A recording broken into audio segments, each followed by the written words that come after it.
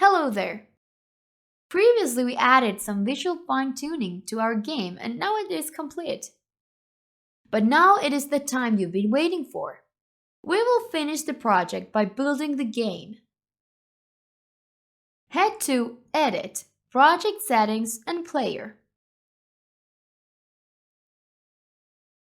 Here you can change the company and product name. You can also set the icons and the cursor for the game. I won't be changing any of these.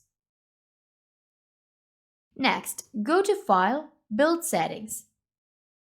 Make sure that all the scenes you want to have in the game are on the list and in the right order. Also make sure that you have selected the correct platform to build on. The selected platform has the Unity logo next to it. After that, hit Build and choose the location where you want to build the game to. I will save it to its own folder.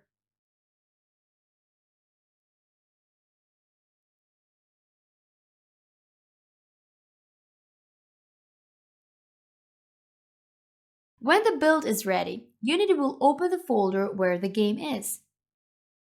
Just open the game from the executable file. A configuration window will appear where you can change the resolution, quality settings, window type and controls. When you are all set, hit play.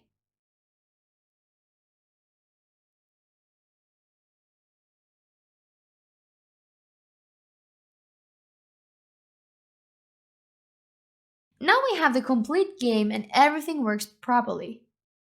Also, the exit game button finally works. Congratulations! You have finished the first Unity Basics tutorial series.